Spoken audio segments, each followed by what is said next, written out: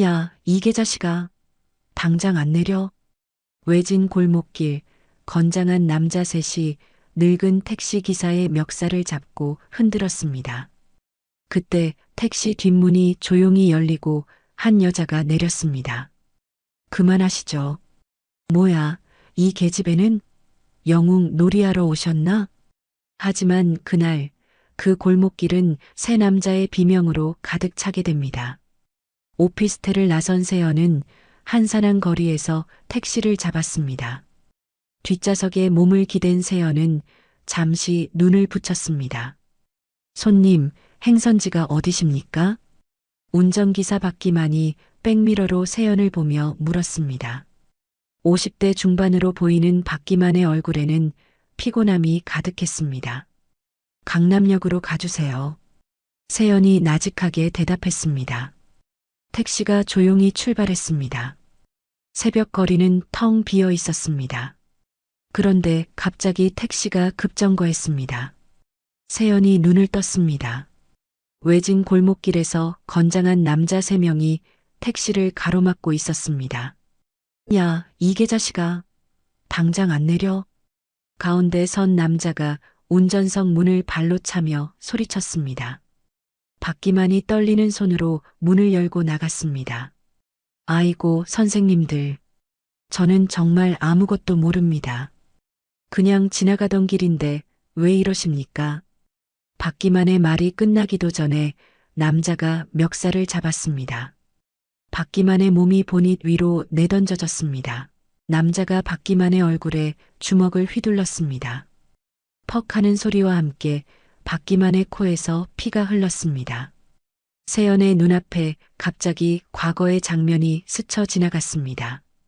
폭우가 쏟아지는 작전 지역, 쓰러진 동료의 모습이 겹쳐 보였습니다. 세연의 몸이 순간적으로 굳어졌습니다. 제발, 제발 살려주세요. 제가 다 잘못했습니다. 박기만이 간신히 일어서며 애원했습니다. 공포에 질린 박기만의 눈이 세연과 마주쳤습니다. 그 눈빛이 과거 무력했던 자신의 모습과 겹쳐 보였습니다. 세연이 천천히 차에서 내렸습니다. 검은 정장 차림의 세연이 조용히 다가갔습니다. 뭐야, 이 계집애는 영웅 놀이라도 하러 오셨나? 조폭 중 한 명이 세연을 보며 비웃었습니다. 세연은 대답 없이 계속 걸어갔습니다. 차가운 눈빛이 어둠 속에서 빛났습니다. 야, 안 꺼져? 곱게 생긴 얼굴 망가지기 싫으면. 다른 조폭이 주먹을 휘둘렀습니다. 세연이 가볍게 몸을 틀며 주먹을 흘려냈습니다. 동시에 상대의 팔을 잡아 관절을 꺾었습니다. 으악! 비명과 함께 남자가 무릎을 꿇었습니다. 나머지 2명이 동시에 달려들었습니다. 세연의 움직임은 물 흐르듯 자연스러웠습니다. 한 명의 급소를 무릎으로 가격하고 돌아서며 다른 한 명의 목을 팔꿈치로 쳤습니다. 불과 10초도 안 되어 3명 모두 바닥에 쓰러졌습니다. 흑. 조폭들이 신음하며 몸을 웅크렸습니다. 세연은 그들을 내려다보며 차갑게 말했습니다. 다시는 이런 더러운 짓거리 하지 마. 멀리서 경찰 사이렌 소리가 들려왔습니다. 빨간색과 파란색 불빛이 골목 끝에서 반짝였습니다.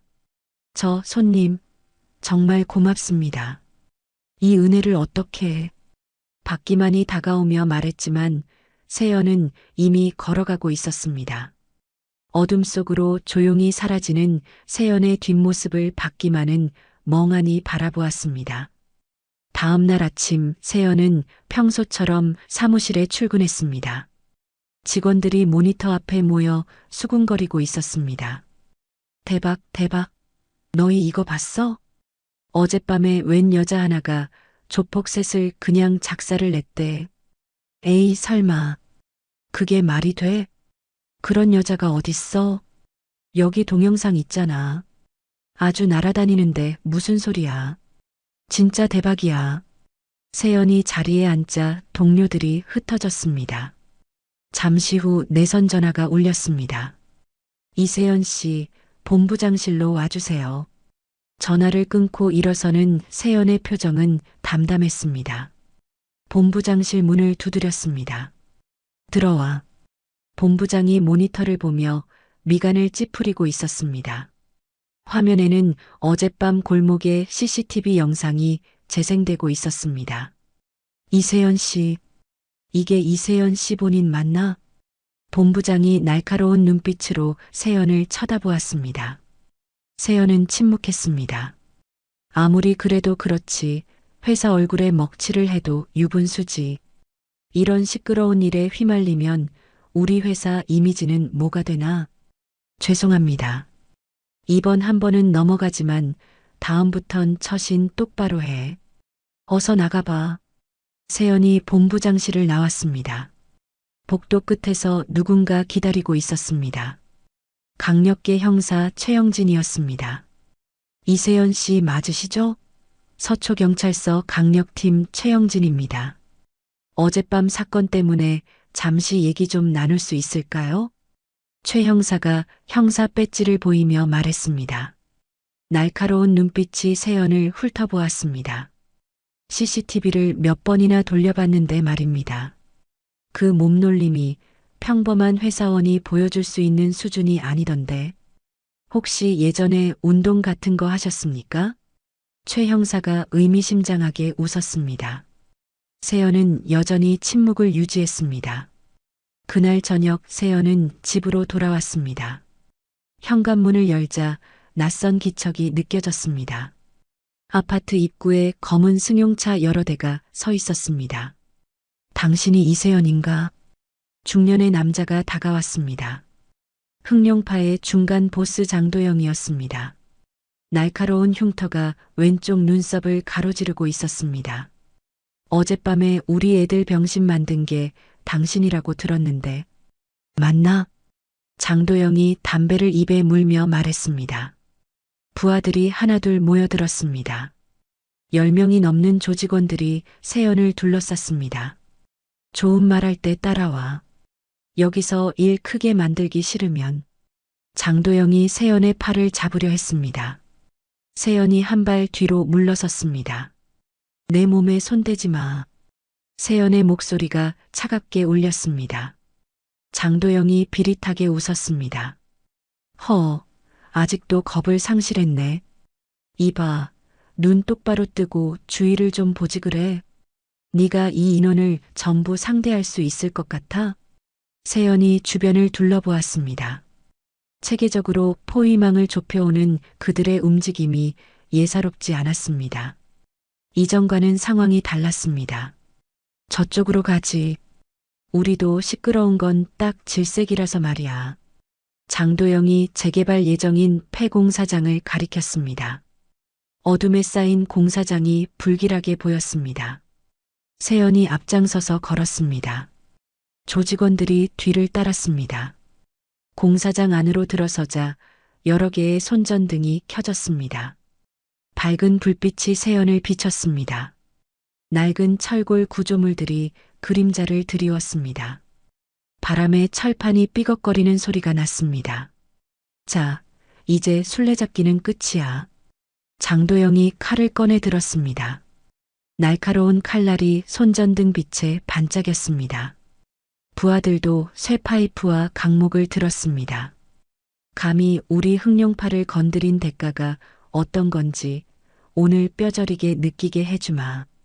장도영이 손짓하자 조직원들이 포위망을 좁혀왔습니다. 세연이 빠르게 주변을 스캔했습니다. 바닥의 모래, 철골 기둥, 널려있는 자재들이 눈에 들어왔습니다. 일촉즉발의 순간이었습니다. 세연의 눈빛이 변했습니다. 더 이상 도망치지 않을 전사의 눈이었습니다. 조직원들이 일제히 달려들었습니다. 세연이 발로 바닥의 모래를 차올렸습니다. 모래 먼지가 흩날리며 그들의 시야를 가렸습니다. 캣! 가장 가까운 적의 손목을 비틀어 쇠 파이프를 빼앗았습니다. 차가운 금속의 감촉이 손에 전해졌습니다. 세연이 철골 구조물 사이로 몸을 날렸습니다. 세연이 빼앗은 쇠파이프를 휘둘렀습니다. 무거운 금속이 공기를 가르며 날아온 강목을 쳐냈습니다. 나무가 두 동강 나며 바닥에 떨어졌습니다. 저 독사 같은 년 위쪽이다. 에워싸서 끌어내려. 당장. 조직원들의 고함이 공사장에 울려 퍼졌습니다. 세연은 철골 기둥을 타고 위로 뛰어 올랐습니다. 높은 곳에서 아래를 내려다보며 적들의 위치를 파악했습니다. 두 명이 양쪽에서 올라오려 했습니다. 세연이 쇠파이프로 한 명의 손가락을 쳤습니다. 비명과 함께 그가 떨어졌습니다. 다른 한 명이 세연의 발목을 잡았습니다. 세연이 반대쪽 다리로 그의 얼굴을 걷어찼습니다. 코피를 흘리며 그도 추락했습니다. 이 쥐새끼 같은 년아, 거기서 내려와서 정정당당하게 붙어. 장도영이 아래에서 소리쳤습니다. 세연은 철골 사이를 날아다니듯 이동했습니다. 좁은 통로로 적들을 유인했습니다. 한 번에 한두 명씩만 상대할 수 있는 지형이었습니다. 앞선 조직원이 주먹을 휘둘렀습니다. 세연이 몸을 낮추며 그의 다리를 걸었습니다. 넘어지는 그가 뒤따라오던 동료와 부딪혔습니다. 둘이 엉켜 쓰러졌습니다. 세연이 그들을 넘어 다음 구역으로 이동했습니다. 이 병신들아, 여자 하나 처리 못해서 빌빌거려. 다 죽고 싶어? 장도영이 부하들을 다그쳤습니다. 조직원들이 사방에서 포위망을 좁혀왔습니다. 점점 피할 공간이 줄어들었습니다. 세연의 오른쪽 어깨가 욱신거리기 시작했습니다. 과거 총상을 입었던 부위였습니다. 움직임이 조금씩 둔해졌습니다. 헉, 헉. 거친 숨소리가 새어나왔습니다. 이마에 땀이 흘렀습니다. 쇠파이프를 쥔 손에 힘이 빠지기 시작했습니다. 세 명이 동시에 달려들었습니다. 세연이 한 명을 쳐내고 돌아섰습니다. 그 순간 옆구리에 강목이 부딪혔습니다. 흑! 세연이 비틀거렸습니다. 갈비뼈에 충격이 전해졌습니다. 무릎이 잠시 꺾였습니다. 그래, 거기서 끝이다. 장도영이 부하 한 명을 앞으로 밀었습니다. 부하가 세연에게 달려들었습니다. 세연이 반사적으로 그를 막으려 했습니다. 바로 그때였습니다. 장도영이 부하의 뒤에서 튀어나왔습니다. 번쩍이는 칼날이 세연의 왼팔을 스쳤습니다. 으악! 세연이 처음으로 비명을 질렀습니다. 왼팔에서 뜨거운 피가 흘러내렸습니다. 검은 정장이 붉게 물들었습니다. 한편 공사장 밖에서 박기만이 차 안에서 안절부절 못하고 있었습니다. 세연의 집을 찾아왔다가 조직원들을 보고 몰래 따라온 것이었습니다. 으악! 죽여! 공사장 안에서 들려오는 소리에 박기만의 얼굴이 창백해졌습니다. 핸들을 잡은 손이 떨렸습니다. 안 돼. 이러다간 저분이 죽어. 경찰에, 그래, 경찰에 신고해야지. 박기만이 휴대폰을 꺼냈다가 다시 넣었습니다. 경찰이 오려면 시간이 걸릴 것이었습니다. 그때까지 세연이 무사할지 알 수 없었습니다. 제기랄, 경찰이 오면 다 끝나 있을 거 아냐? 박기만이 이를 악물었습니다. 시동을 걸고 기어를 넣었습니다. 엑셀 페달에 발을 올렸습니다. 아이고, 할부도 안 끝났는데. 미안하다, 내 밥 주라. 박기만이 엑셀을 끝까지 밟았습니다. 택시가 굉음을 내며 앞으로 돌진했습니다. 낡은 가벽이 산산조각 났습니다. 쾅! 택시가 공사장 안으로 들어왔습니다. 헤드라이트가 현장을 환하게 비췄습니다. 조직원들이 놀라서 흩어졌습니다. 뭐야? 차가 들어온다. 피해. 혼란스러운 외침이 터져나왔습니다. 장도영도 당황해서 뒤로 물러났습니다. 세연이 그 틈을 놓치지 않았습니다. 피 흘리는 왼팔을 오른손으로 누르며 일어섰습니다. 마지막 힘을 짜냈습니다.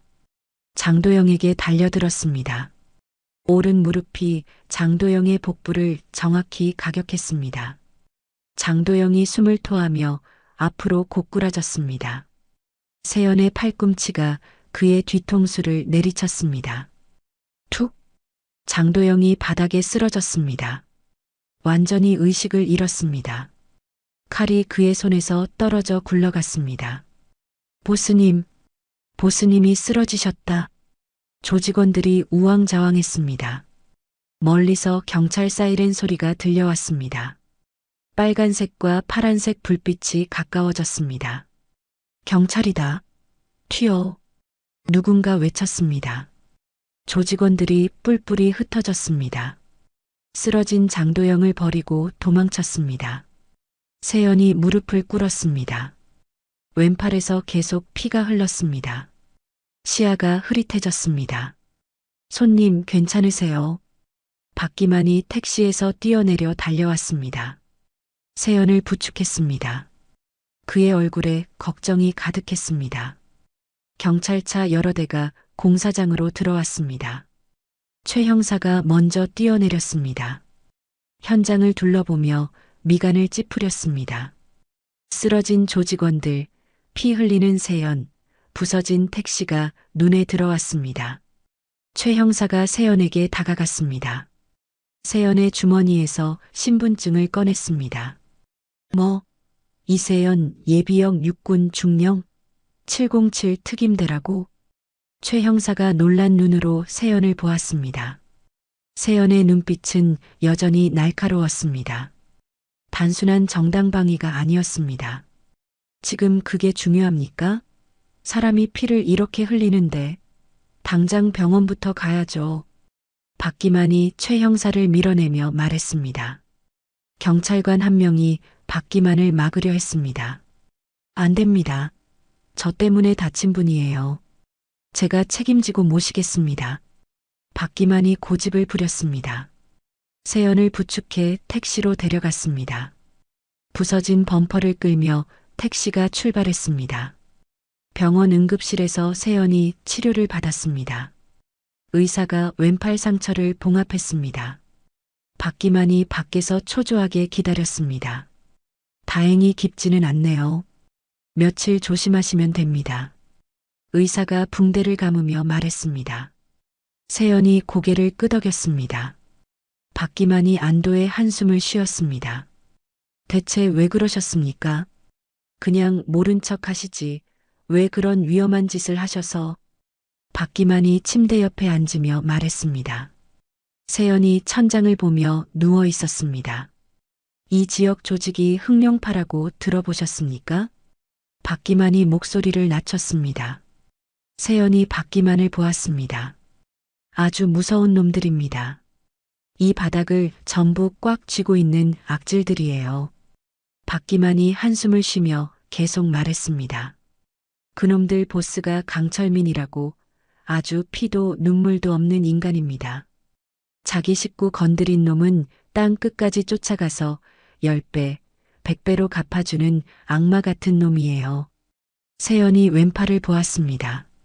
하얀 붕대가 감겨 있었습니다. 자신의 행동이 불러온 결과였습니다. 죄송합니다. 저 때문에 기사님까지 위험에 빠뜨려서. 세연이 작게 말했습니다. 박기만이 손을 저었습니다. 아닙니다. 그런 말씀 마십시오. 제 목숨을 구해주신 은인인데요. 박기만이 억지로 웃으며 말했습니다. 하지만 그의 얼굴에는 걱정이 가득했습니다. 한편 도시 외곽의 고급 빌라에서 한 남자가 보고를 받고 있었습니다. 흑룡파의 진짜 보스 강철민이었습니다. 50대 중반의 차가운 인상이었습니다. 그래서 장도영이가 계집 하나한테 깨졌다고? 강철민이 시가를 입에 물며 물었습니다. 부하가 고개를 숙였습니다. 예, 보스? 죄송합니다. 상대가 보통이 아니었습니다. 그래서 그 대단한 여자가 대체 누구시라고? 전직 특수부대 출신이라고 합니다. 강철민이 시가 연기를 내뿜었습니다. 잠시 생각에 잠겼습니다. 경찰은 어떻게 움직이고 있지? 네, 최영진 그놈이 또 냄새를 맡고 수사를 시작했습니다. 강철민의 눈이 차갑게 변했습니다. 테이블 위에 휴대폰을 집어들었습니다. 어딘가로 전화를 걸었습니다. 나다. 오랜만에 일 하나 하자. 강철민이 낮은 목소리로 말했습니다. 실력 좋은 놈으로 하나 보내. 소문 안 나게 아주 조용하고 깔끔하게 처리해. 전화를 끄는 강철민이 창밖을 보았습니다. 어둠에 쌓인 도시의 불빛이 반짝였습니다. 그의 입가에 차가운 미소가 떠올랐습니다. 며칠이 지났습니다. 세연은 평소처럼 회사에 출근했습니다. 하지만 누군가의 시선이 계속 느껴졌습니다. 맞은편 카페에 앉은 남자가 신문을 읽는 척하며 그녀를 보고 있었습니다. 지하철역 입구에도 수상한 인물이 서 있었습니다. 전문 해결사들이었습니다. 박기만은 아들을 학교에 데려다주고 있었습니다. 초등학교 정문 앞에서 아들의 머리를 쓰다듬었습니다. 아빠, 저기 아저씨가 계속 우리 사진 찍어요. 아들이 검은 승용차를 가리켰습니다. 차 안에 남자가 카메라를 들고 있었습니다. 박기만의 얼굴이 창백해졌습니다. 준호야, 오늘은 학교 가지 말고 할머니 댁에 가 있자. 응? 박기만이 떨리는 목소리로 말했습니다. 급하게 아들을 데리고 학교를 떠났습니다. 집으로 돌아온 박기만은 세연에게 전화했습니다. 손님, 큰일 났습니다. 그놈들이 우리 아들을, 우리 준호 사진을 찍고 있어요. 박기만의 목소리가 울먹였습니다. 세연이 전화를 받으며 일어섰습니다. 그녀의 눈빛이 차갑게 변했습니다. 망설임이 완전히 사라졌습니다. 냉혹한 분노만이 남았습니다. 세연은 조용히 전화를 끊었습니다. 그날 밤 세연은 은행으로 갔습니다. 금고에서 묵직한 서류 봉투를 꺼냈습니다. 군 시절 받은 명예퇴직금 통장이었습니다. 이 안에 있는 돈 전액 인출하겠습니다. 세연이 창구 직원에게 말했습니다. 거액의 현금을 검은 가방에 담았습니다. 은행을 나온 세연은 어둠 속으로 사라졌습니다. 도시 외곽의 낡은 창고로 들어갔습니다. 한 남자가 기다리고 있었습니다. 군 시절 정보부 동료였던 김상철이었습니다. 이게 얼마만입니까, 중령님? 김상철이 담배를 피우며 말했습니다. 세연이 가방을 테이블에 올렸습니다. 도청장치, 최신형 야간 투시경, 그리고 비살상용 섬광탄. 세연이 필요한 장비들을 나열했습니다. 김상철이 고개를 끄덕였습니다. 중령님, 설마 흑룡파 건 때문입니까? 그놈들 보통이 아닙니다. 제발 무모한 짓은. 그놈들 본거지가 어디지? 세연이 단도직입적으로 물었습니다. 김상철이 한숨을 쉬었습니다. 항구 3번 부두입니다. 겉보기엔 평범한 수산물 처리 공장으로 위장하고 있습니다. 김상철이 지도를 펼쳤습니다. 공장의 구조와 경비 배치를 설명했습니다. 내부에만 최소 10명은 있을 겁니다. 혼자서는 절대 무리입니다. 상관없어. 내 선에서 끝낸다. 세연이 지도를 접으며 말했습니다. 장비들을 가방에 담았습니다. 김상철이 걱정스럽게 그녀를 보았습니다. 다음 날 박기만은 택시기사 휴게실에서 동료들을 모았습니다. 10명이 넘는 기사들이 둘러앉았습니다. 여러분, 이대로 당하고만 있을 순 없습니다. 그분이 우리 대신 싸우고 있는데 우리가 숨어만 있으면 되겠습니까? 박기만이 간절하게 말했습니다. 동료들이 서로를 보았습니다. 박 기사 말이 맞아. 그 양반 아니었으면 우리 중에 누구 하나 쥐도 새도 모르게 당했을지 몰라. 한 기사가 주먹을 쥐며 말했습니다. 다른 기사들도 고개를 끄덕였습니다. 좋아. 공장 주변을 우리 택시로 쫙 깔아서 감시하자고. 교대로. 놈들 움직임 하나하나 전부 파악해서 그분께 전달하는 거야. 기사들이 자발적으로 역할을 나눴습니다. 시민 정보망이 만들어졌습니다. 최 형사는 사무실에서 수사 자료를 검토하고 있었습니다. 세연의 통화 기록과 이동 경로를 분석했습니다. 무언가 이상한 점을 발견했습니다. 이 여자 조용히 잠적한 게 아니었어. 뭔가를 꾸미고 있어. 최 형사가 중얼거렸습니다. 급하게 자리에서 일어났습니다. 부하 형사들을 불렀습니다. 전원 비상, 지금 당장 항구 3번 부두 수산물 공장 주변에 잠복해. 최 형사가 명령했습니다. 큰 사건이 일어날 것을 직감했습니다. 작전 당일 밤이었습니다. 폭우가 쏟아지고 있었습니다. 번개가 치며 항구를 비쳤습니다. 세연은 검은 전투복을 입고 있었습니다. 얼굴에 위장 페인트를 발랐습니다. 야간 투시경을 머리에 걸었습니다. 공장 뒤편의 환풍구를 찾았습니다.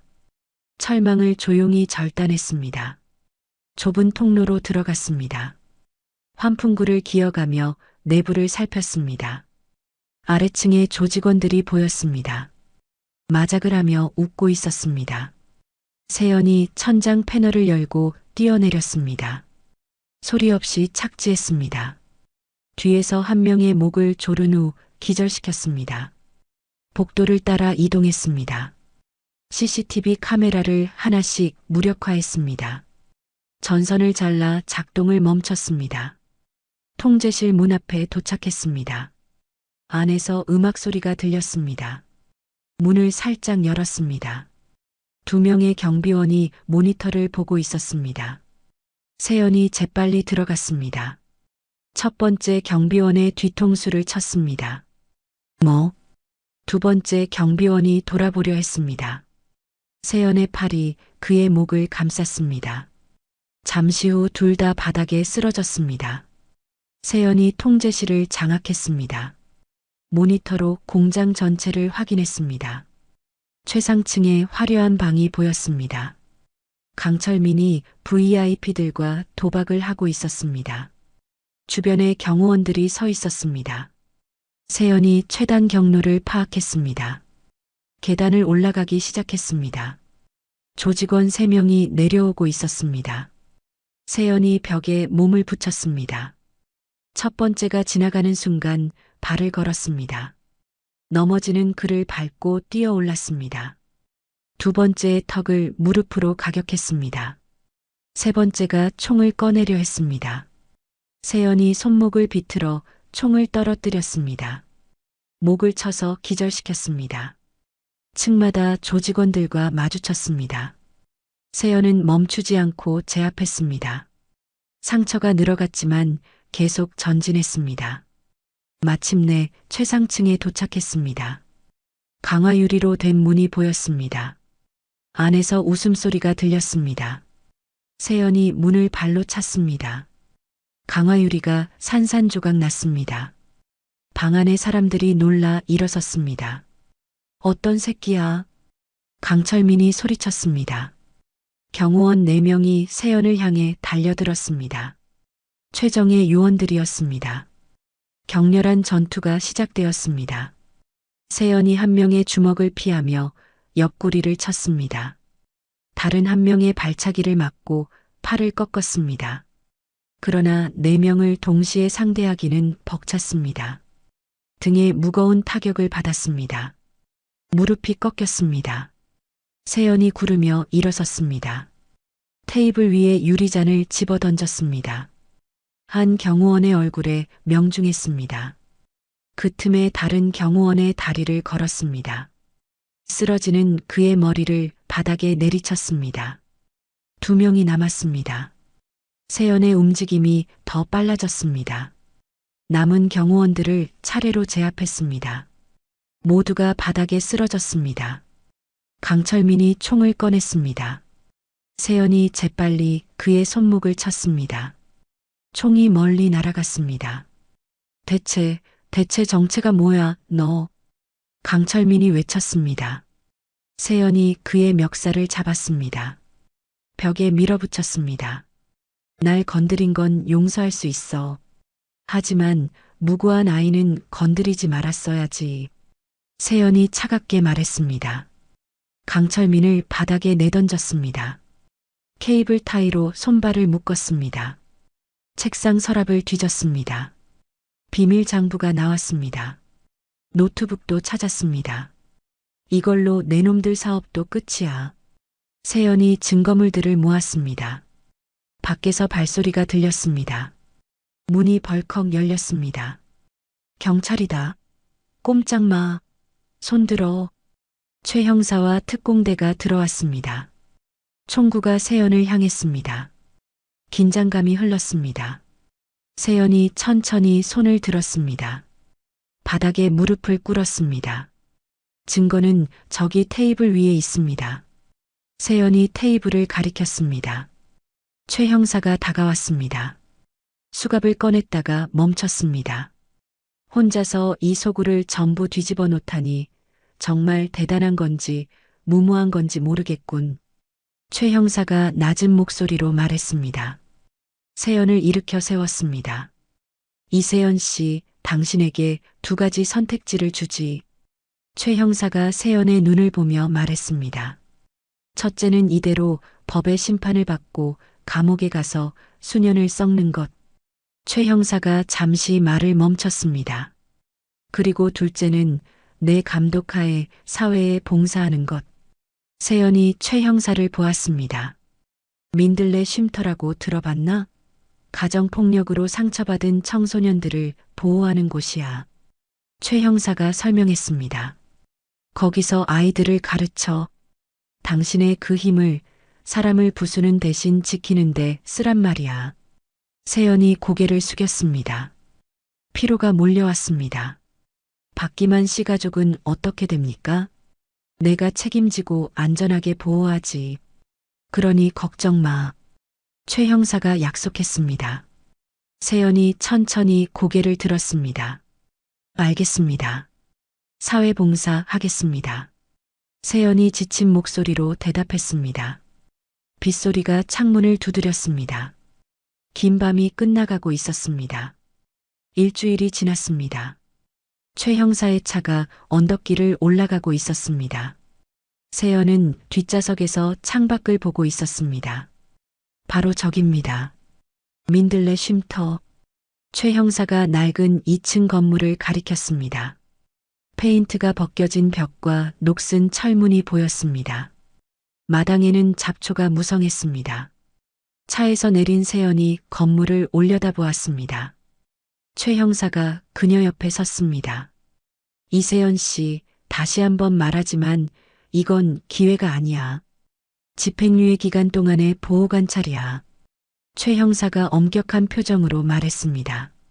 여기서 단 한 번이라도 문제 일으키면 그땐 나도 당신 못 도와줘. 알았어? 세연이 고개를 끄덕였습니다. 두 사람이 쉼터로 들어갔습니다. 어머, 형사님, 어서 오세요. 40대 여성이 환하게 웃으며 맞이했습니다. 윤소의 소장이었습니다. 단정한 차림에 따뜻한 눈빛을 가지고 있었습니다. 그리고 이분이 새로 오실 이세연 선생님 맞으시죠? 반갑습니다. 윤소희가 악수를 청했습니다. 세연이 조심스럽게 손을 잡았습니다. 보시다시피 시설이 많이 낡았죠? 정부 지원금만으로는 턱없이 부족해서요. 윤소희가 복도를 걸으며 설명했습니다. 겨울엔 난방비 걱정에 잠을 못 잘 때도 많고 최근에는 동네 불량배 놈들이 아이들을 자꾸 괴롭혀서 정말 속상해 죽겠습니다. 윤소희가 한숨을 쉬었습니다. 거실 문을 열었습니다. 15명 정도의 아이들이 있었습니다. TV를 보거나 핸드폰을 만지고 있었습니다. 최 형사와 세연이 들어오자 시선이 쏠렸습니다. 자, 얘들아. 인사해. 오늘부터 우리와 함께 지내실 새로운 선생님이란다. 윤소희가 밝게 말했습니다. 아이들의 표정이 차가웠습니다. 불신 가득한 눈빛이었습니다. 또 경찰 꼬리 달고 오셨네. 18살쯤 되어 보이는 소년이 일어섰습니다. 강민호였습니다. 날카로운 눈매의 반항적인 표정이었습니다. 보나마나 사고쳐서 봉사 시간 채우러 온 범죄자겠지. 우리 감시하러 온 거 아닙니까, 형사님? 민호가 비아냥거렸습니다. 다른 아이들이 킥킥거렸습니다. 맞아. 우린 당신 같은 사람 동정 필요 없다고. 당장 나가요. 한 여자아이가 팔짱을 끼며 말했습니다. 아이들이 모두 세연을 무시하고 돌아섰습니다. 그때 구석에서 움직임이 있었습니다. 10살쯤 되어 보이는 작은 소녀였습니다. 스케치북을 들고 다가왔습니다. 솜이었습니다. 큰 눈에 긴 머리를 가진 아이였습니다. 세연 앞에서 멈춰 섰습니다. 솜이의 시선이 세연의 왼팔로 갔습니다. 붕대는 풀었지만 흉터가 남아 있었습니다. 솜이가 작은 손을 뻗었습니다. 흉터를 조심스럽게 만졌습니다. 세연이 움찔했습니다. 많이 아팠어요? 솜이가 작은 목소리로 물었습니다. 순수한 눈빛이었습니다. 세연의 마음이 흔들렸습니다. 아니, 이제 괜찮아. 세연이 낮게 대답했습니다. 솜이가 고개를 끄덕이고 돌아갔습니다. 다시 구석에서 그림을 그리기 시작했습니다. 세연이 아이들을 둘러보았습니다. 상처받은 눈빛들이었습니다. 자신과 같은 아이들이었습니다. 나는 너희에게 싸움을 가르치러 온 게 아니야. 세연이 입을 열었습니다. 아이들이 그녀를 보았습니다. 스스로를 지키는 법을 알려주러 왔어. 민호가 코웃음을 쳤습니다. 세연은 개의치 않았습니다.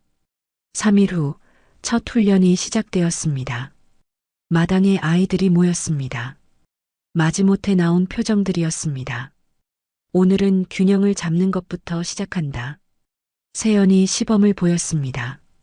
한 발로 서서 자세를 유지했습니다. 장난해요? 이런 소꿉 장난이 대체 무슨 소용이 있냐고. 민호가 투덜거렸습니다. 갑자기 세연을 향해 달려들었습니다. 밀치려는 의도였습니다. 세연이 살짝 몸을 틀었습니다. 민호의 힘을 그대로 받아 흘렸습니다. 민호가 균형을 잃고 넘어졌습니다. 민호가 당황한 표정으로 일어났습니다. 무릎에 흙이 묻었습니다. 다치지는 않았습니다. 누군가 힘으로 밀어붙이면 더 큰 힘으로 막아야 한다고 생각하지? 세연이 민호를 일으켜 세우며 말했습니다.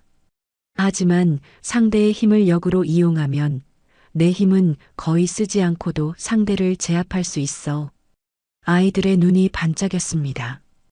호기심이 생기기 시작했습니다. 하나둘 자세를 따라했습니다. 며칠이 지났습니다. 쉼터를 나갔던 여자아이 하나가 얼굴에 멍이 든 채 돌아왔습니다. 전 남자친구에게 맞은 것이었습니다. 그 개자식 어디 살아? 당장 가서 묻어버리자. 가만두지 않겠어. 아이들이 분노했습니다. 주먹을 불끈 쥐었습니다. 잠깐. 세연이 아이들을 막아섰습니다. 흥분한 아이들이 그녀를 보았습니다. 주먹으로 해결하면 너희도 그놈이랑 똑같은 쓰레기가 되는 거야. 세연이 차분하게 말했습니다. 경찰에 신고해서 법으로 대가를 치르게 하는 게 맞아. 법이요? 그딴 게 우리한테 무슨 소용인데요? 한 아이가 소리쳤습니다. 세연이 핸드폰을 꺼냈습니다. 112에 전화를 걸었습니다. 1시간 후 경찰이 왔습니다. 가해자가 체포되었습니다. 아이들이 놀란 표정으로 지켜보았습니다. 마, 이게 진짜 힘이야. 세연이 아이들을 보며 말했습니다. 분노를 다스리고 내 편으로 만들 수 있는 법을 이용하는 것. 아이들이 고개를 끄덕였습니다. 뭔가 깨달은 표정이었습니다. 다음 날부터 훈련 참여율이 높아졌습니다. 세연은 훈련 외에도 아이들과 시간을 보냈습니다. 벽에 페인트를 칠했습니다. 마당 한쪽에 작은 텃밭을 만들었습니다. 여기에는 상추를 심는 게 어때? 세연이 흙을 파며 물었습니다. 아이들이 씨앗을 들고 모여들었습니다. 선생님, 토마토도 심어요. 저는 매운 고추요. 아이들이 신나게 흙을 팠습니다. 세연도 무릎을 꿇고 함께 일했습니다. 손에 흙이 묻었습니다. 최 형사가 정기 방문을 왔습니다. 마당에서 아이들과 웃고 있는 세연을 보았습니다. 예상치 못한 모습이었습니다. 내가 알던 그 이세연 중령이 맞나? 최 형사가 중얼거렸습니다. 차가운 전사의 모습은 없었습니다. 따뜻한 교사의 모습만 있었습니다. 소미는 여전히 말이 없었습니다.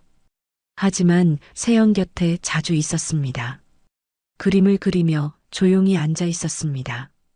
세연도 소미 옆에 앉았습니다. 말없이 함께 시간을 보냈습니다. 가끔 소미의 그림을 보고 고개를 끄덕였습니다. 어느 날 저녁이었습니다. 현관문이 쾅 하고 열렸습니다. 술 냄새를 풍기는 남자가 들어왔습니다. 윤소희, 내 딸 안 내놔? 이년아. 소미의 아버지였습니다. 비틀거리며 거실로 들어왔습니다. 당장 소미 데리고 나와.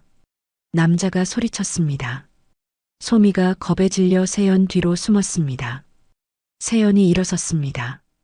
남자와 아이들 사이를 막았습니다. 아버님, 이야기는 밖에서 하시죠. 세연이 차분하게 말했습니다. 남자의 팔을 잡고 밖으로 이끌었습니다.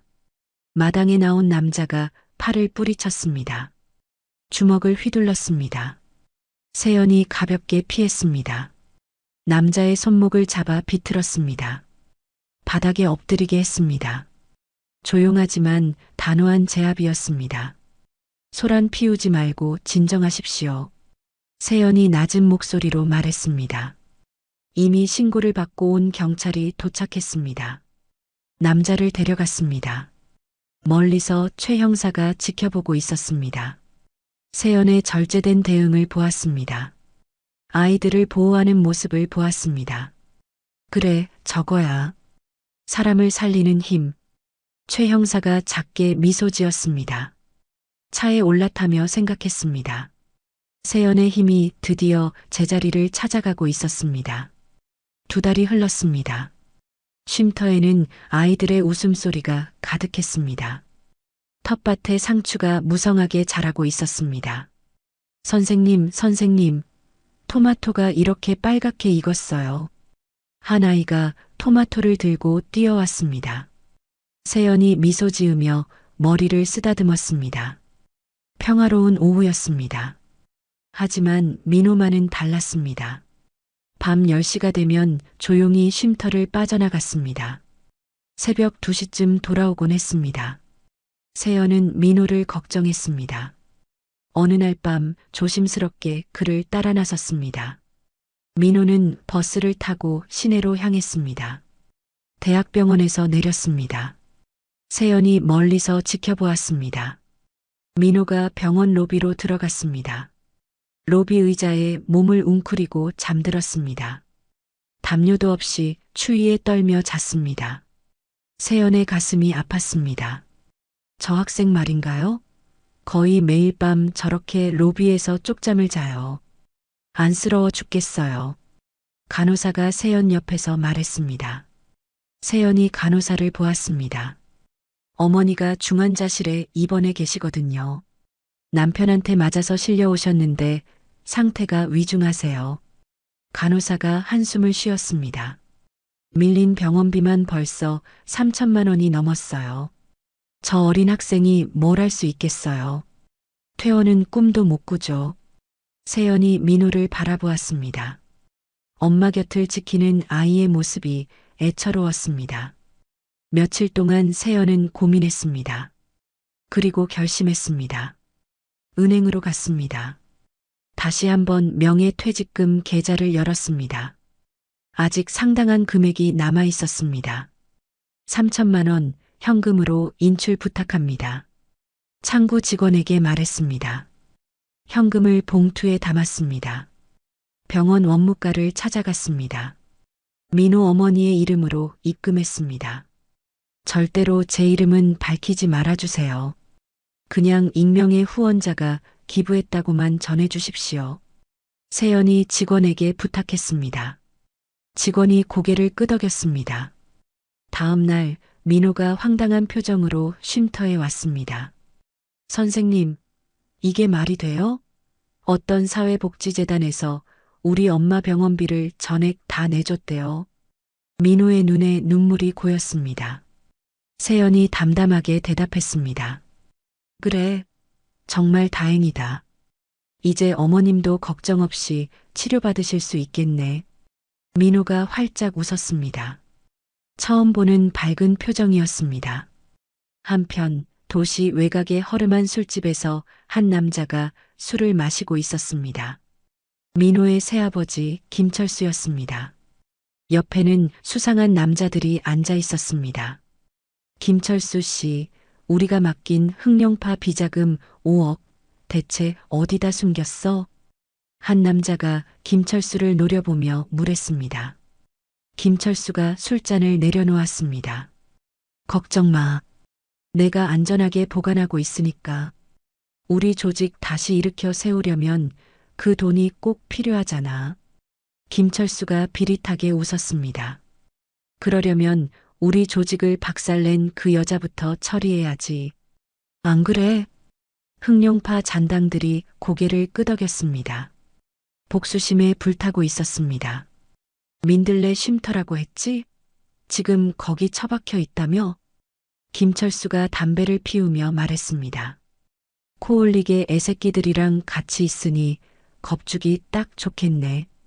며칠 후 김철수가 쉼터에 나타났습니다. 술 냄새를 풍기며 들어왔습니다. 강민호, 내 엄마 병원비 어디서 났는지 당장 불어. 김철수가 거실로 뛰어들었습니다. 민호가 놀라 일어섰습니다. 그 돈, 내 엄마 치료하라고 준 돈 아니야. 내가 낸 돈이니까 당장 토해내, 이 새끼야. 김철수가 민호의 멱살을 잡았습니다. 민호의 얼굴이 붉어졌습니다. 분노가 폭발했습니다. 당신이 인간이야. 어디서 행패야. 민호가 주먹을 들어 올렸습니다. 세연이 재빨리 민호의 팔을 잡았습니다. 민호야, 그 주먹으로 정말 내 어머니를 지킬 수 있다고 생각해? 세연이 민호의 눈을 보며 물었습니다. 민호가 멈칫했습니다. 폭력은 결국 더 큰 폭력을 불러올 뿐이야. 세연이 김철수를 밀어냈습니다. 김철수가 비틀거리며 물러났습니다. 여긴 아이들이 있는 곳입니다. 당장 나가세요. 세연이 차갑게 말했습니다. 김철수가 이를 갈았습니다. 그래, 좋다. 오늘 그냥은 안 넘어간다. 두고 봐. 김철수가 문을 박차고 나갔습니다. 민호가 바닥에 주저앉았습니다. 선생님, 저는 그냥. 민호가 울먹이기 시작했습니다. 세연이 민호 옆에 앉았습니다. 나도 너와 같았어. 세연이 조용히 말을 시작했습니다. 민호가 고개를 들어 그녀를 보았습니다. 군에 있을 때 나는 명령에 따라 싸웠어. 오직 힘과 폭력만이 답이라고 믿었지. 세연의 목소리가 떨렸습니다. 하지만 마지막 작전에서 내 눈앞에서 동료들을 모두 잃었어. 내가 지켜야 했던 사람들도. 세연의 눈에 고통이 스쳤습니다. 결국 내 손에 남은 총과 주먹으로는 단 한 사람도 지켜내지 못했어. 민호의 눈에서 눈물이 흘렀습니다. 억눌렀던 감정이 터져나왔습니다. 매일 밤 엄마가 맞는 소리가 들리는데 저는 무서워서 입을 뒤집어 쓰고 귀 막는 것 말고는 아무것도 할 수가 없었어요. 제가 너무 한심해요, 선생님. 민호가 흐느꼈습니다. 세연이 민호를 안아주었습니다. 전우를 안듯이, 아들을 안듯이. 아니야. 넌 한심하지 않아. 이제부터 달라질 거야. 우리가 함께 어머님을 지켜낼 거야. 세연이 민호의 등을 토닥였습니다. 창밖에서 최 형사가 지켜보고 있었습니다. 보고서에 펜을 들었습니다. 대상자에 대한 평가 매우 긍정적. 사회 복귀 가능성 높음이라고 적었습니다. 처음으로 쓰는 평가였습니다. 다음 날 세연은 변호사를 찾아갔습니다. 민호 어머니의 이혼 소송을 의뢰했습니다.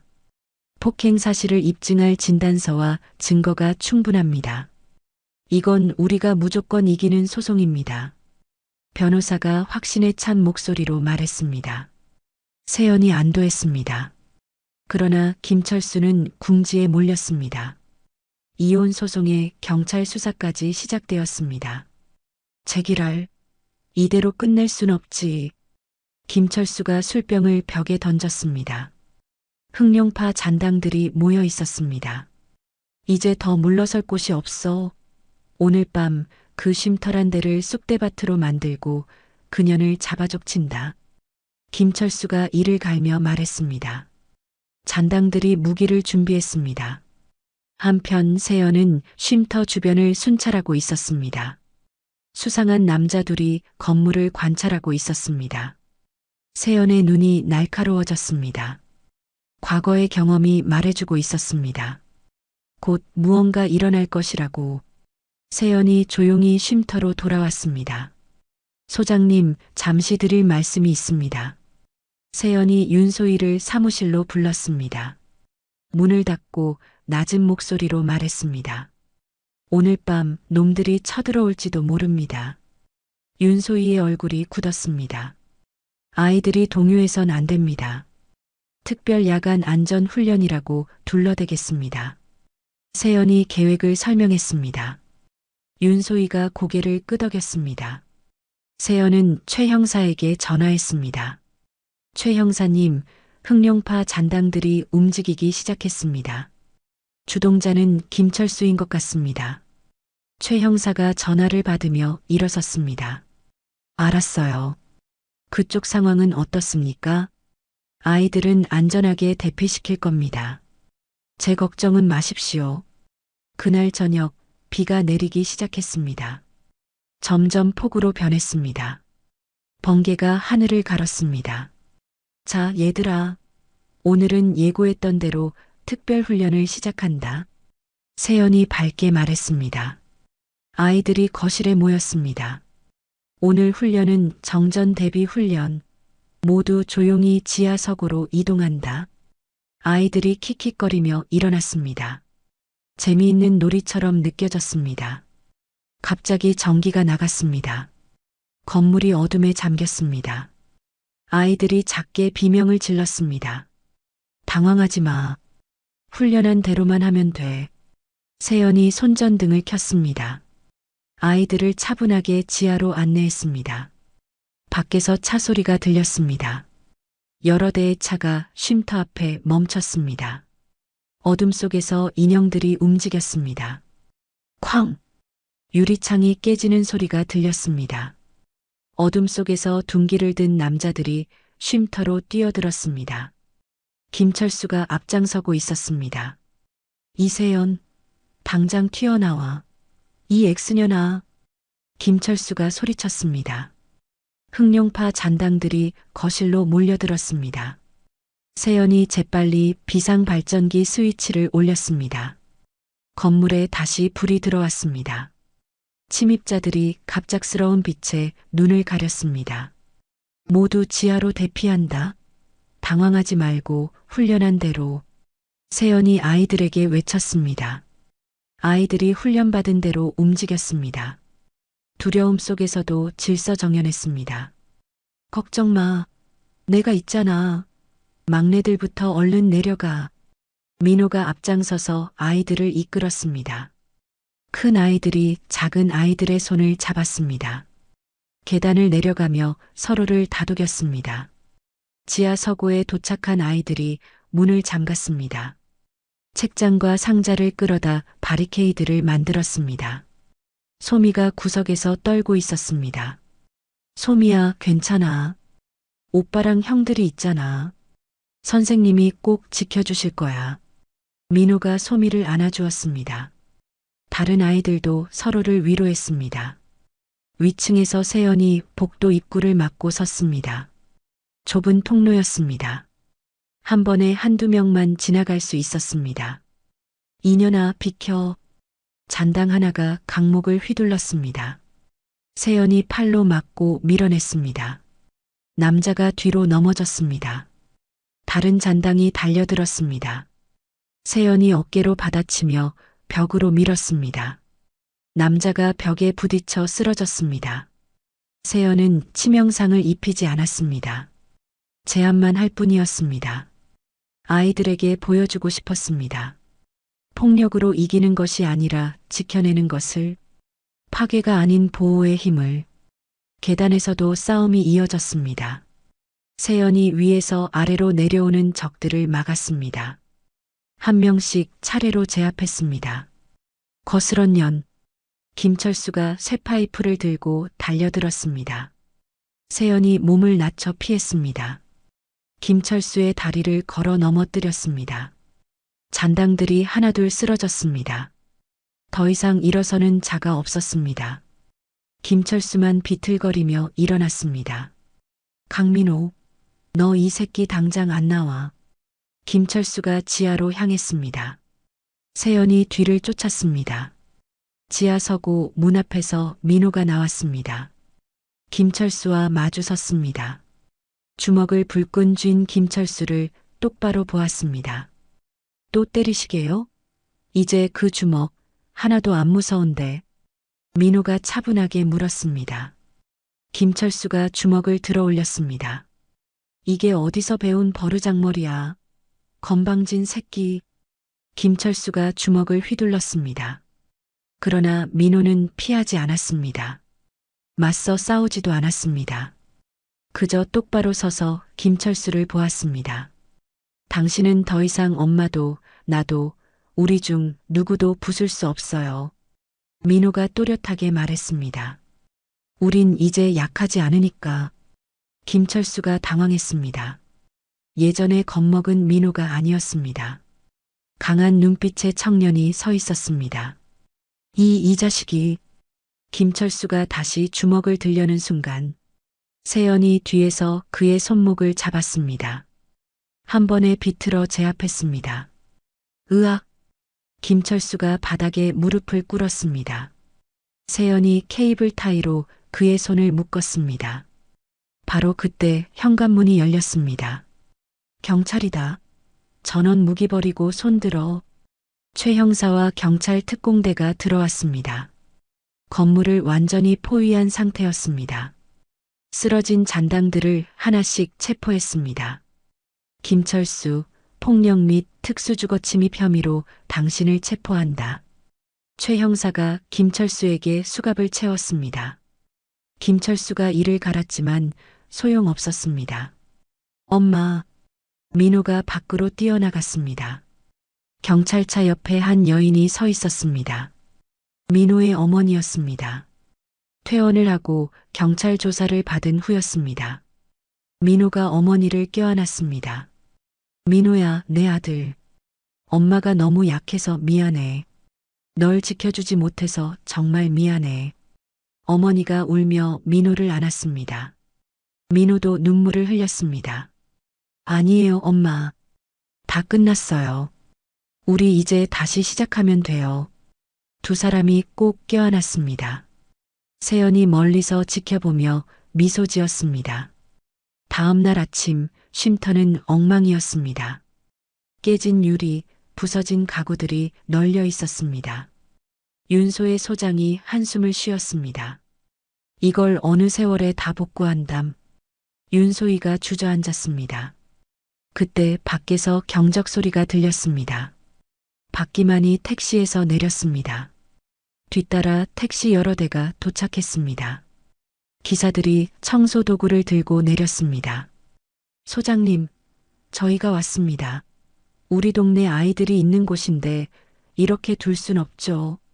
박기만이 크게 외쳤습니다. 동네 주민들도 하나둘 모여들었습니다. 맞아요. 우리도 같이 돕겠습니다. 애들이 뭔 죄라고 이런 험한 꼴을 당해. 사람들이 팔을 걷어붙였습니다. 유리를 치우고 벽을 닦았습니다. 새 페인트를 칠하기 시작했습니다. 아이들도 함께 일했습니다. 웃으며 페인트를 칠했습니다. 부서진 것들이 새롭게 태어났습니다. 세연이 그 광경을 보았습니다. 파괴 후의 재건이었습니다. 희망이 다시 피어나는 모습이었습니다. 며칠 후 최 형사가 쉼터를 찾아왔습니다. 세연을 사무실로 불렀습니다. 이세연 씨, 최 형사가 서류를 꺼냈습니다. 당신에 대한 보호관찰 조기 종료를 상부에 정식으로 건의할 생각입니다. 세연이 놀란 눈으로 최 형사를 보았습니다. 최 형사가 미소 지었습니다. 당신은 법을 어겼지만 그보다 더 많은 사람을 구했어. 당신의 힘이 얼마나 가치 있는 것인지 스스로 증명해 보였고, 앞으로도 그 힘으로 많은 사람들을 지켜주시오. 최 형사가 손을 내밀었습니다. 세연이 그 손을 잡았습니다. 처음으로 나눈 진심 어린 악수였습니다. 감사합니다, 형사님. 세연이 작게 말했습니다. 최 형사가 고개를 끄덕이고 떠났습니다. 쉼터에 다시 평화가 찾아왔습니다. 아이들의 웃음소리가 울려 퍼졌습니다. 텃밭에서는 새싹이 돋아났습니다. 세연이 마당에서 아이들과 함께 웃고 있었습니다. 진정한 평화를 찾은 것 같았습니다. 상처가 치유되는 듯 했습니다. 따르릉.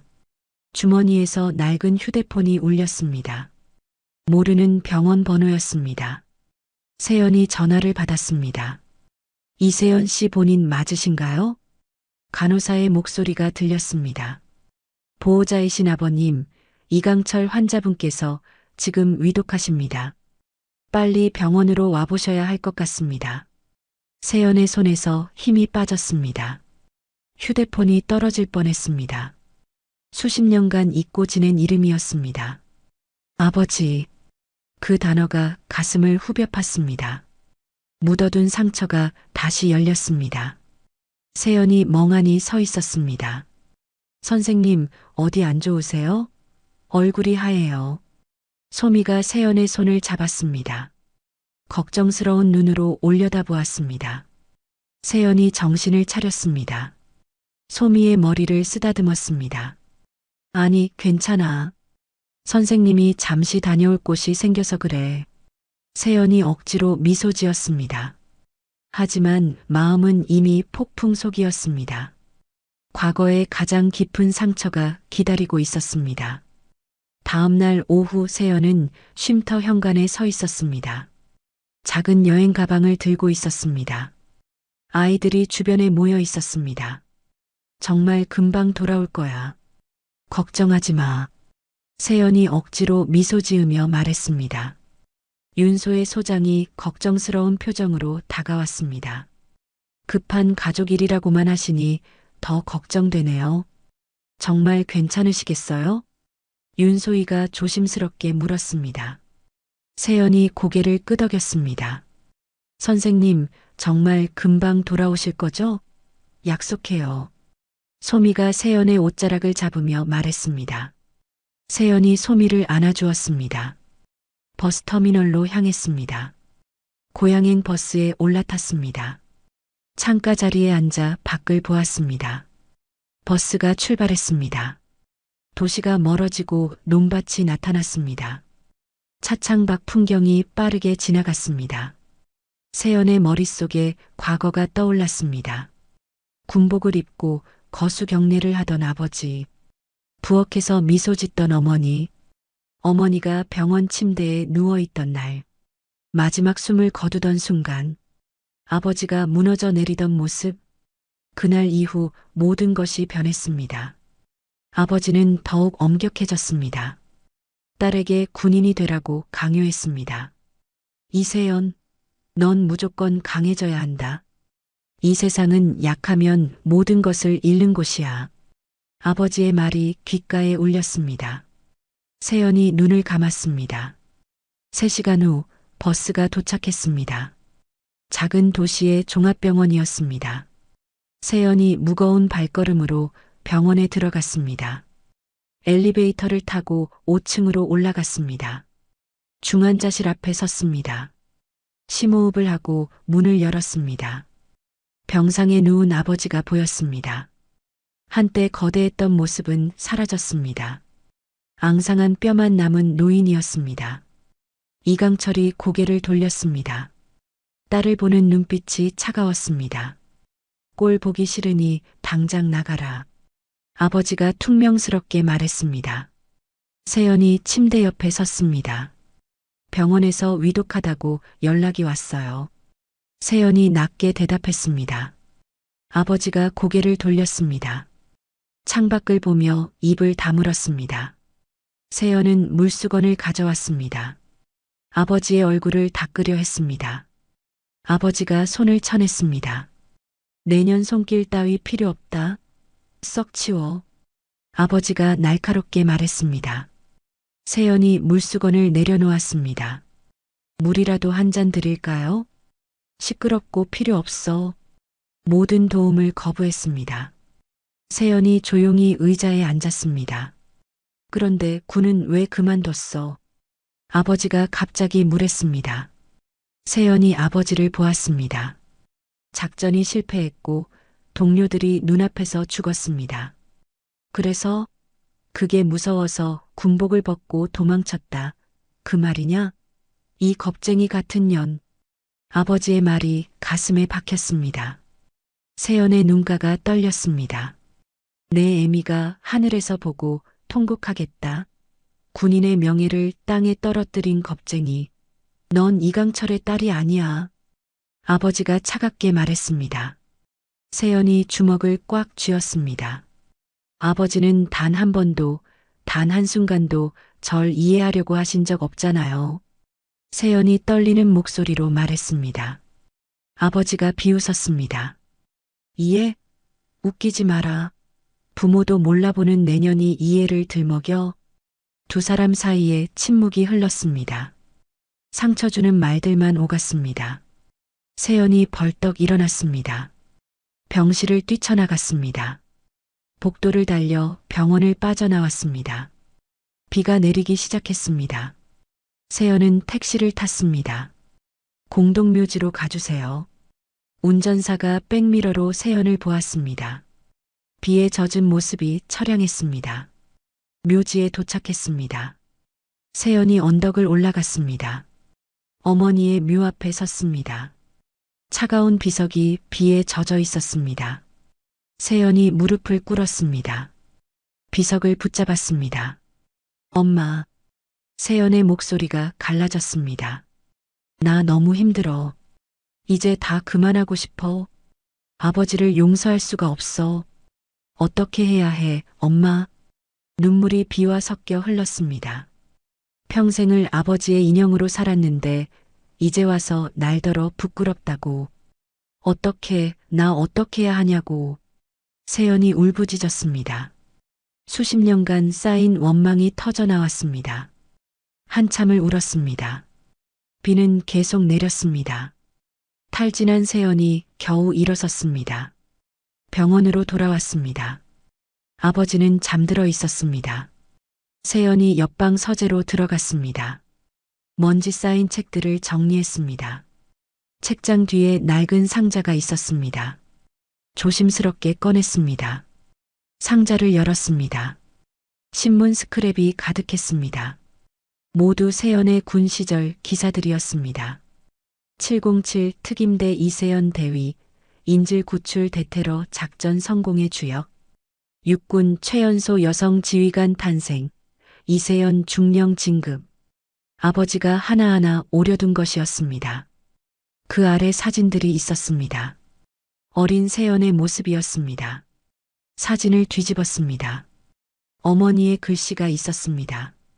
우리 딸 세연이는 엄마처럼 강하면서도 따뜻한 마음을 가진 아이로 자라다오.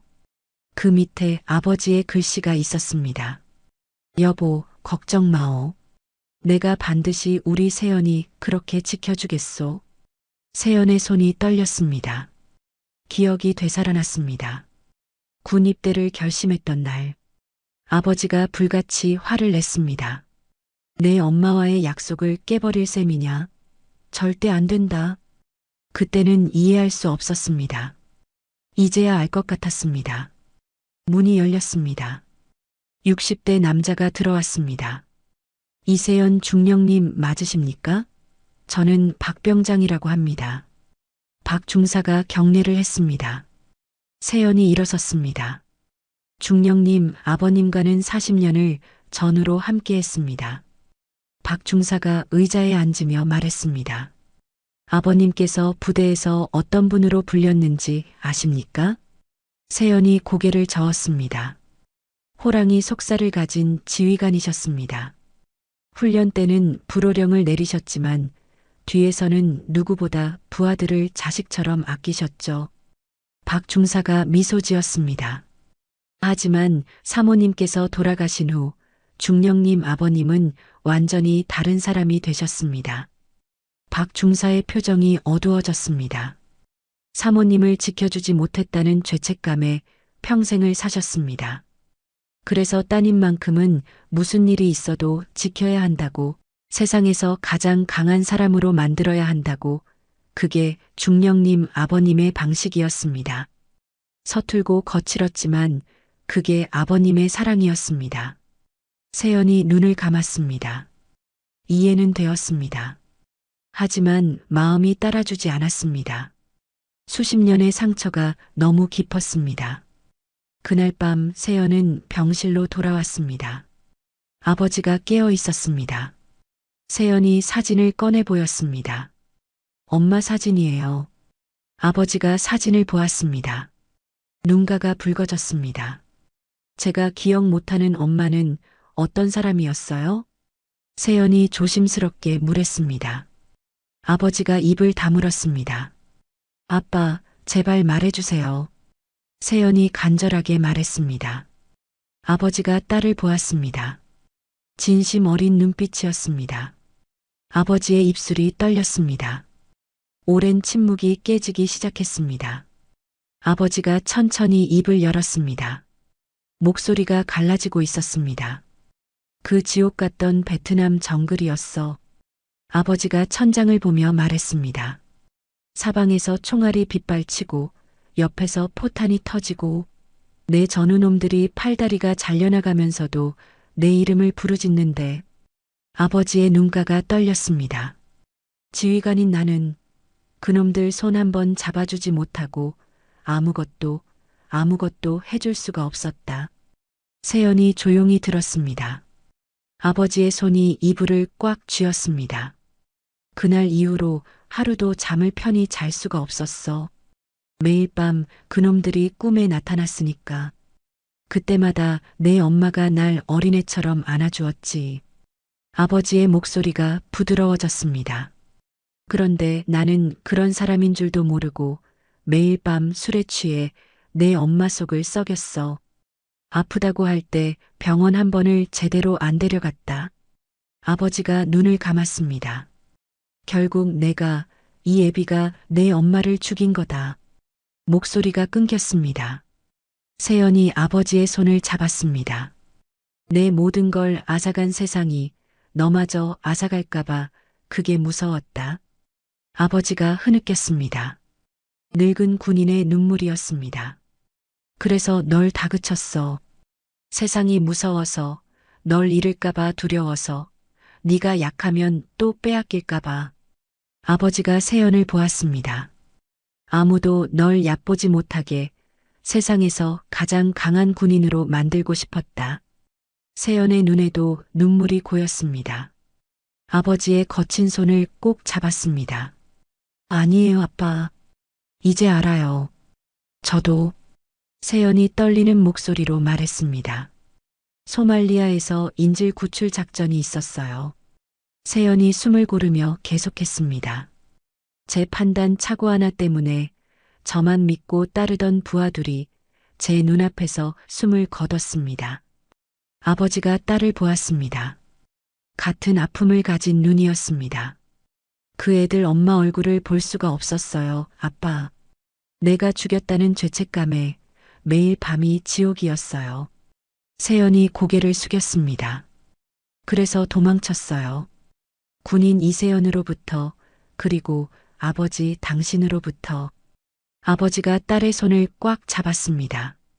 두 사람이 서로를 보았습니다. 결국 너나 나나 똑같은 겁쟁이였구나. 아버지가 쓴웃음을 지었습니다. 소중한 걸 잃고 그 아픔이 무서워서 평생을 도망만 치며 산 세연이 고개를 끄덕였습니다. 수십 년의 오해가 녹아내렸습니다. 갑자기 아버지가 기침을 시작했습니다. 피가 섞여 나왔습니다. 세연이 급히 간호사를 불렀습니다. 의사가 들어왔습니다.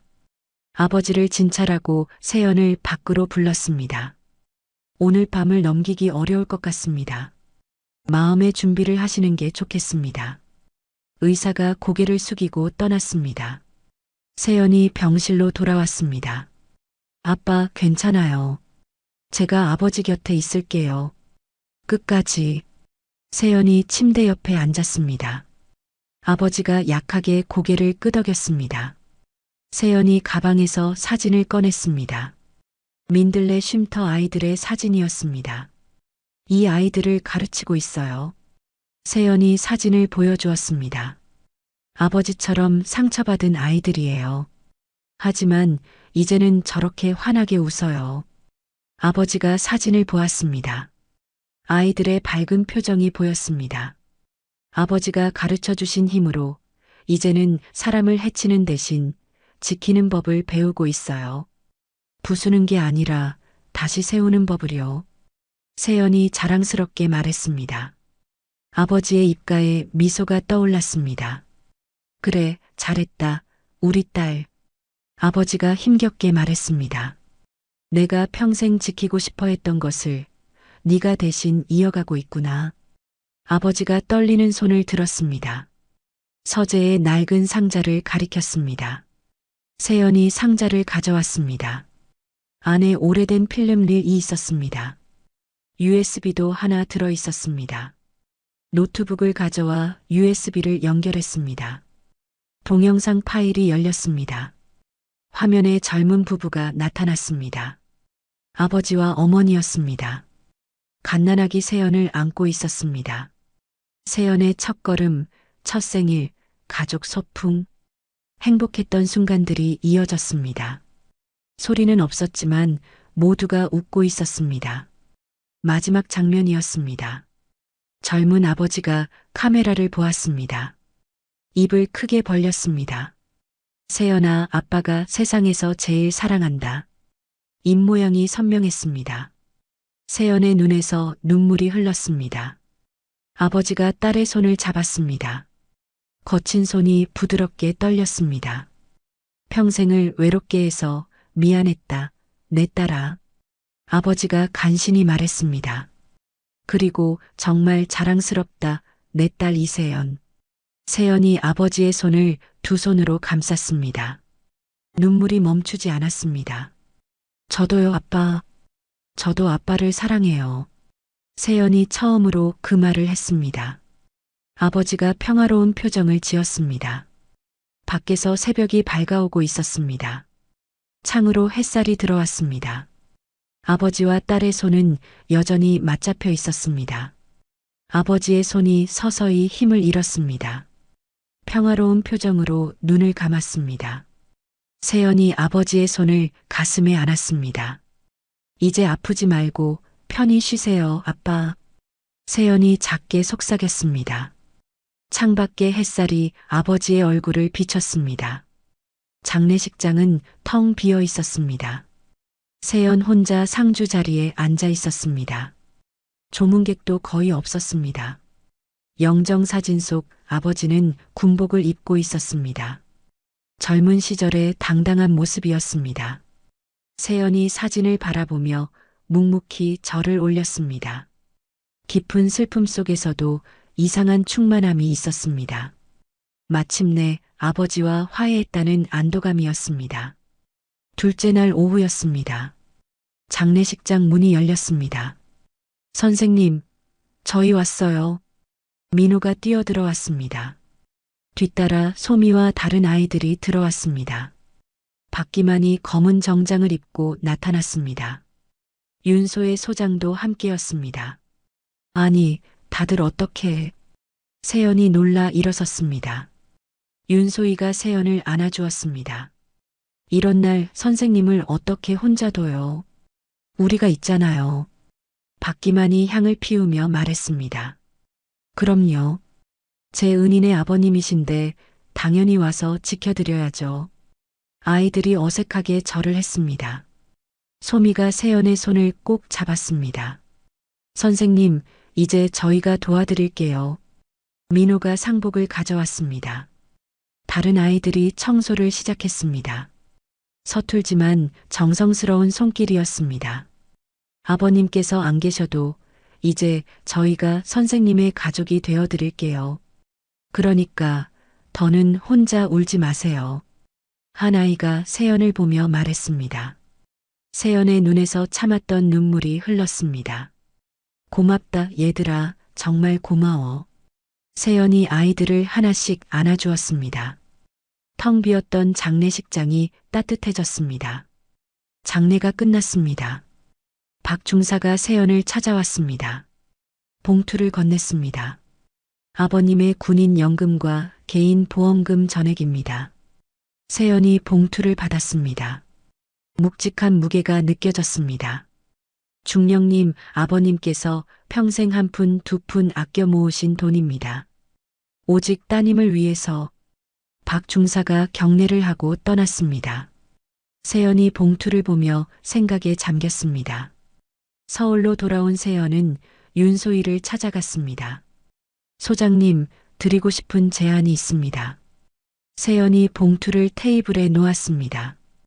이 돈으로 우리 아이들을 위한 체육관을 만들고 싶습니다. 누구나 무료로 와서 호신술을 배울 수 있는 곳으로요. 윤소희의 눈이 반짝였습니다. 세상에, 선생님, 정말입니까? 하지만 이렇게 큰 돈을. 이건 아버지가 제게 남기신 마지막 유산이자 명령입니다. 이제 이 돈으로 아이들을 지키는 일에 쓰고 싶어요. 그게 아버지가 진정으로 바라셨던 일일 겁니다. 세연이 단호하게 말했습니다. 윤소희가 고개를 끄덕였습니다. 소식이 퍼졌습니다. 박기만이 택시 동료들을 데려왔습니다. 선생님, 제가 딱 좋은 자리 알아봤습니다. 예전에 창고로 쓰던 곳인데 넓고 월세도 엄청 싸요. 한 기사가 흥분하며 말했습니다. 다른 기사들도 정보를 모았습니다. 내가 아는 페인트 가게 사장한테 말해서 반값에 가져올게. 운동기구는 내가 중고로 나온 거 싹 알아봐 줄 테니 걱정 마죠. 모두가 자기 일처럼 나섰습니다. 세연이 감격했습니다. 최 형사가 찾아왔습니다. 보호관찰 종료 서류를 들고 있었습니다. 축하합니다. 이세연 씨. 당신은 이제 법적으로 완전한 자유입니다. 최 형사가 서류를 건넸습니다. 세연의 계획을 들었습니다. 정말 좋은 생각입니다. 최 형사가 고개를 끄덕였습니다. 앞으로 행정적으로 도움이 필요한 일이 있으면 언제든 연락하십시오. 체육관 공사가 시작되었습니다. 낡은 창고를 개조하는 작업이었습니다. 아이들이 매일 왔습니다. 벽에 페인트를 칠했습니다. 바닥을 닦고 거울을 달았습니다. 와, 여기가 진짜 우리가 만든 체육관이라고. 민호가 자랑스럽게 외쳤습니다. 소미가 벽에 커다란 민들레 그림을 그렸습니다. 낡은 샌드백을 걸었습니다. 매트를 깔고 운동기구를 배치했습니다. 조금씩 체육관의 모습이 갖춰졌습니다. 세연이 땀 흘리는 아이들을 보았습니다. 아버지의 유산이 새롭게 태어나고 있었습니다. 파괴가 아닌 희망의 공간으로. 마침내 간판을 다는 날이었습니다. 민들레 호신술 교실이라는 글씨가 선명했습니다. 모두가 체육관 앞에 모였습니다.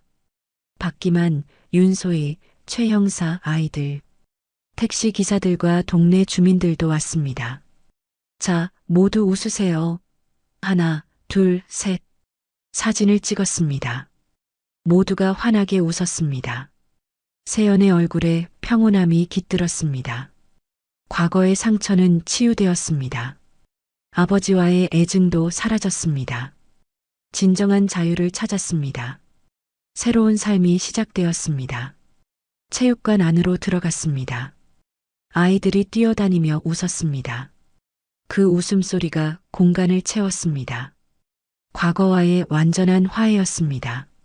새로운 희망의 시작이었습니다. 자, 모두 주목. 오늘부터 첫 훈련을 시작한다. 세연이 밝게 외쳤습니다. 아이들이 환호했습니다. 햇살이 창문으로 들어왔습니다. 체육관이 따뜻한 빛으로 가득 찼습니다. 모두의 얼굴이 빛나고 있었습니다. 2년이 흘렀습니다. 민들레 호신술 교실 간판이 햇볕에 반짝였습니다. 체육관 안에서 활기찬 구령 소리가 들렸습니다. 하나, 둘, 기합 넣고. 강민호가 앞에서 시범을 보이고 있었습니다. 체대생이 된 그는 어엿한 보조 사범이 되었습니다. 후배들이 그의 동작을 따라했습니다. 거기 자세 무너지잖아. 중심은 항상 단단하게 잡으라고 했지? 민호가 한 아이의 자세를 교정해 주었습니다. 예전의 반항적인 모습은 사라졌습니다. 든든한 청년이 되어 있었습니다. 구석에서 소미가 그림을 그리고 있었습니다. 이제는 제잘제잘 말도 잘하게 되었습니다. 미대 입시를 준비 중이었습니다. 선생님, 이번에 새로 만들 단체복 시안인데 한번 봐주세요. 민들레를 넣어서 희망적인 느낌을 주고 싶었어요. 소미가 스케치북을 보여주었습니다. 민들레가 그려진 아름다운 디자인이었습니다. 어머, 너무 예쁘다. 역시 우리 소미가 최고네. 세연이 소미의 머리를 쓰다듬었습니다. 소미가 수줍게 웃었습니다. 체육관 문이 열렸습니다. 박기만이 아들 준호와 함께 들어왔습니다. 박기만의 가슴에는 모범 운전자 배지가 달려 있었습니다. 선생님, 우리 아들놈도 선생님 제자로 받아주십시오. 녀석이 형들처럼 늠름해지고 싶다고 어찌나 조르던지요. 박기만이 너털 웃음을 지으며 말했습니다. 준호가 세연에게 인사했습니다. 선생님, 열심히 배우겠습니다. 잘 부탁드립니다. 준호의 눈이 반짝였습니다. 세연이 미소 지으며 고개를 끄덕였습니다.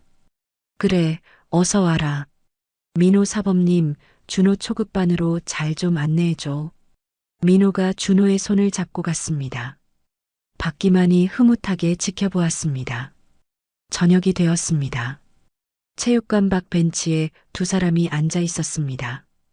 최 형사와 세연이었습니다. 최 형사는 평상복 차림이었습니다. 자판기 커피를 마시고 있었습니다. 흑룡파 놈들이 사라지고 나니까 이 동네 강력 범죄율이 70%나 줄었습니다. 최 형사가 커피를 한 모금 마시며 말했습니다. 이 동리가 이렇게 조용해진 거 다 이세연 씨 덕분입니다. 당신이 쏘아올린 작은 공이 이렇게 큰 변화를 만든 겁니다.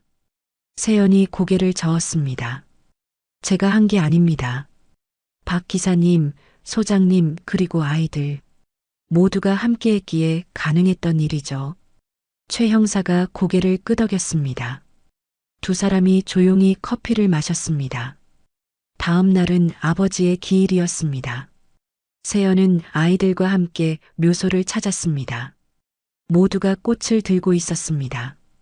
할아버지, 저 민호예요. 잘 지내시죠? 민호가 묘비 앞에 꽃을 놓았습니다. 다른 아이들도 차례로 인사했습니다. 세연이 묘비를 쓰다듬었습니다. 아빠, 당신 딸 세연이에요. 저 이제 제법 많은 것들을 지키면서 살고 있어요. 세연이 조용히 말했습니다. 그러니 하늘에서 걱정 마세요. 아빠가 그토록 지키고 싶어 하셨던 것들, 이제 제가 잘 지켜나가고 있으니까요. 바람이 불어 꽃잎이 날렸습니다. 아이들이 묵념했습니다. 체육관으로 돌아온 후 세연은 윤소희와 만났습니다. 책상 위에는 서류가 가득했습니다. 선생님, 드디어 재단 설립허가 신청서가 나왔어요. 윤소희가 서류를 넘기며 말했습니다. 재단법인 민들레의 약속. 범죄 피해 청소년들의 자립을 지원하는 우리의 꿈이 드디어 시작되는 거네요. 세연이 서류에 도장을 찍었습니다. 두 사람이 서로를 보며 미소 지었습니다. 훈련이 끝난 저녁이었습니다. 체육관 한가운데 돗자리를 펼쳤습니다. 떡볶이와 김밥이 놓였습니다. 우와, 잘 먹겠습니다. 아이들이 젓가락을 들었습니다. 왁자지껄한 소리가 체육관을 채웠습니다. 선생님, 김밥은 꽁다리가 제일 맛있는 거 아시죠? 이거 선생님 드세요. 한 아이가 김밥을 세연에게 건넸습니다. 세연이 받아 한 입 베어 물었습니다. 응, 정말 맛있네. 모두가 웃었습니다. 땀 냄새와 떡볶이 냄새가 섞였습니다. 이상하게 좋은 냄새였습니다.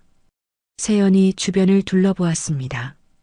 땀에 젖은 아이들의 얼굴이 빛났습니다. 희망으로 가득한 눈빛들이었습니다.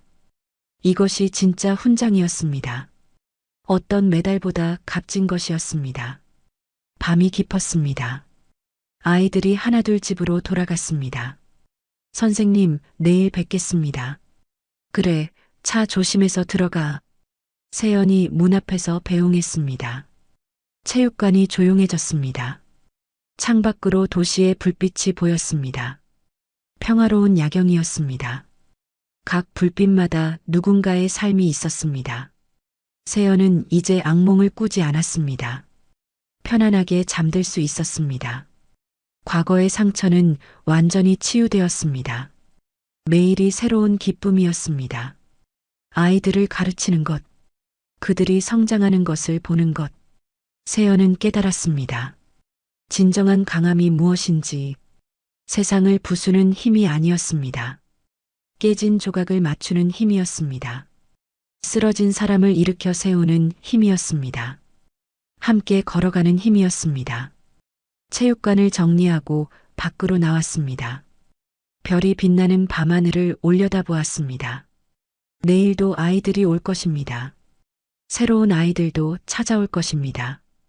그들과 함께 또 하루를 시작할 것입니다. 세연이 조용히 미소 지었습니다. 충만한 미소였습니다. 집으로 향하는 발걸음이 가벼웠습니다.